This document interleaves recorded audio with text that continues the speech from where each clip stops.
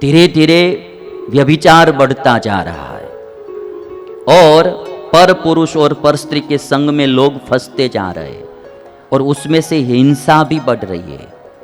यदि कोई स्त्री को पर पुरुष में प्रीति हो जाती है, फिर अपना पति उसमें बाध रूप होता है, तो कभी स्त्री ही पति की हत्या कर देती है। कभी कोई पति को पर नारी में प्रीति हो जाती है और अपनी पत्नी उसमें आड़ रूप होती है, बाध रूप होती है, अड़चन करती है, तो फिर पत्नी की हत्या कर देते हैं। आजकल ये जो पाप बढ़ रहा है काम दोष के कारण, ये कथा में से सीखना है कि काम को इतना बढ़ावा मत देना कि जो पाप करवाए। 3 प्रकार के काम दोष होते हैं। हमारे शास्त्रों में सब प्रकार की बातें लिखी गई है। जैसे कल मैंने बताया था कि सात्विक, राजसी और तामसी 3 प्रकार के लोग होते हैं, वैसे ही 3 प्रकार का काम दोष होता है कि सात्विक, राजसी और तामसी। कैसे? कि जो दूसरे की छेड़ती करते हैं या रेप करते हैं तो वो तामसी काम है, तमोगुणी काम है। जो केवल स्वसुख के लिए काम का उपभोग करते हैं वो राजसी काम है, और संतान की प्राप्ति के लिए जो काम का उपभोग करते हैं वो सात्विक काम है। तो जो रेप होता है, छेड़ती होती है, बलात्कार होता है, वो तमोगुणी काम है, और वो काम बढ़ जाएगा तो समाज में कहीं सुख नहीं रहेगा। इसीलिए समाज में काम दोष पर कंट्रोल करना चाहिए। काम ऐसा दोष है आजकल सबको बहुत परेशान करता है। भोगा न भोक्ता वयमेव भोक्ता, भर्तृहरि राजा ने कहा था, न जातु काम कामानाम उपभोगे न शाम्यति।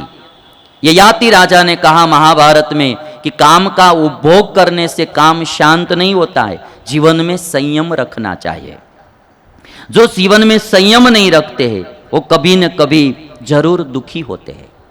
तुलसीकृत रामायण में सीता जी से अनसुया ने पतिव्रता के धर्म बताया और उसमें कहा कि उत्तम के अस बस मन माही सपने हु आन परिखी यह चारी। हे सीता जी, जो उत्तम पतिव्रता नारी होती है उसके मन में भी पर पुरुष का कभी विचार नहीं आता है, स्वप्न में भी उसको पर पुरुष का दर्शन नहीं होता है, वो उत्तम पतिव्रता नारी है। और इसीलिए हमारी जो भारतीय संस्कृति है उस संस्कृति को बचाने के लिए हम सबको बहुत ख्याल रखना है।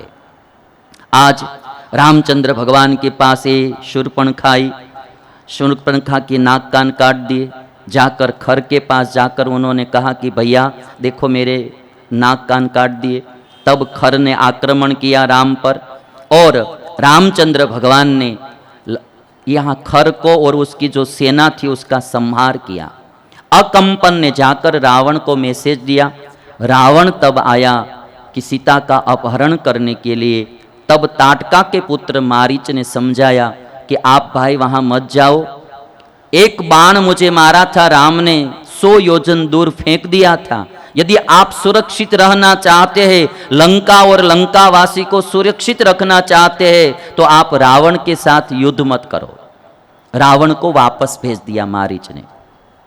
तब शूर्पणखा ने जाकर रावण से कहा कि आप तो यहाँ चैन से सुख भोग रहे हैं, देखो मेरी दशा कैसी कर दी। राम एक जो आए हैं अयोध्या से बड़े शक्तिशाली है, उसका भाई जो है लक्ष्मण वो तो उससे भी बड़ा शक्तिशाली है। उनके पास एक पत्नी है राम की, बहुत सुंदरी है। मैं उसका अपहरण करने के लिए गई थी। मैंने सोचा कि मेरे भाई रावण के साथ इसकी शादी करवाऊंगी और तुम्हारे लिए मैं उसका अपहरण करने के लिए गई थी तो मेरी ऐसी दशा बना दी। शूर्पणखा झूठ बोली, हाँ गई थी अपना स्वार्थ सिद्ध करने के लिए और झूठ बोली कि मैं तुम्हारे लिए गई थी और ऐसी मेरी दशा कर दी। तब फिर से रावण आए हैं और रावण ने आकर यहाँ सीता जी और जब राम और लक्ष्मण बैठे थे वहाँ आए हैं। वहाँ आने के लिए निकले, बीच में मारीच मिल गया है। मारीच बीच में मिल गया तो मारीच ने कहा कि आप वहाँ मत जाओ, क्योंकि यदि आप वहाँ जाओगे तो बहुत कष्ट होगा। तो इसीलिए मारीच ने कहा कि आप मत जाओ। रावण ने कहा कि आप मृग का रूप धारण करो और मृग का रूप धारण करके वहाँ जाओ और सीता को मोहित करो, मैं अभी आता हूँ, और यदि आप नहीं जाएंगे वहाँ तो मैं ही आपको मार डालूंगा।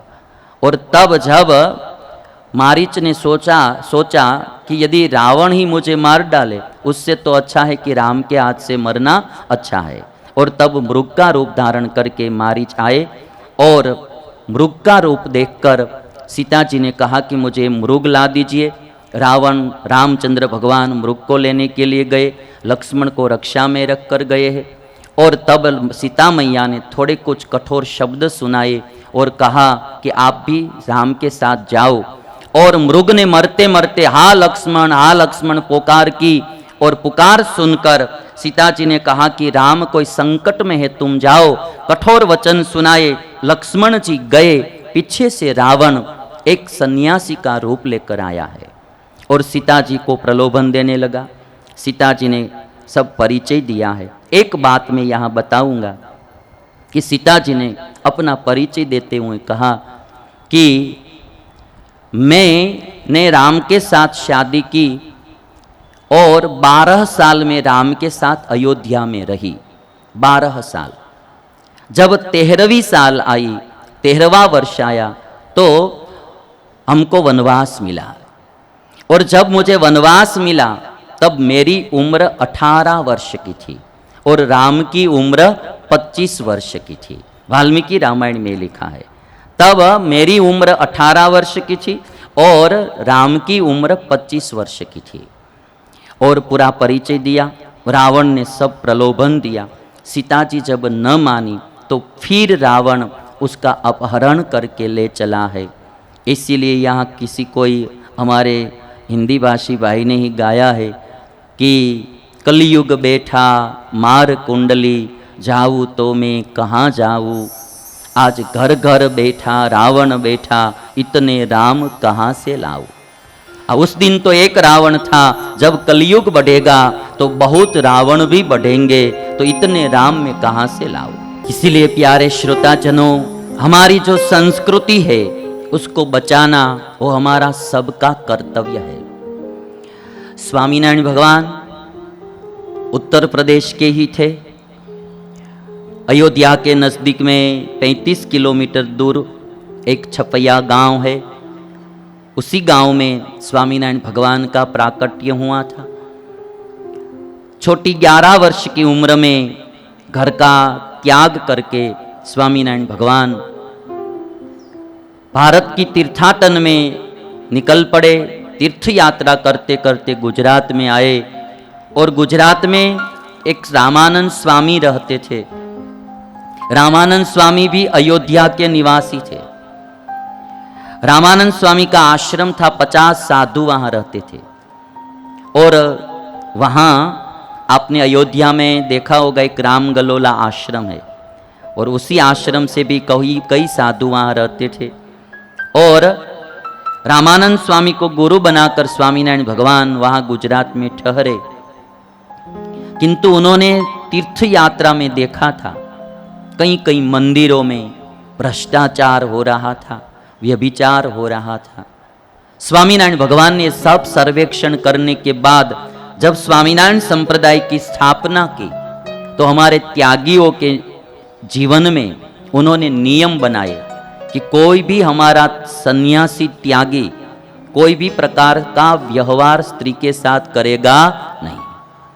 कभी कोई माताओं को लगता होगा कि क्यों हमको छूने नहीं देते, ये माने छूता छूत की कोई बात नहीं है। हमारा जहाँ साधुओं का आश्रम होता है वहाँ कोई नारी को इसलिए प्रवेश नहीं देते हैं कि हमारा जो जीवन है वो सब सुरक्षित रहे।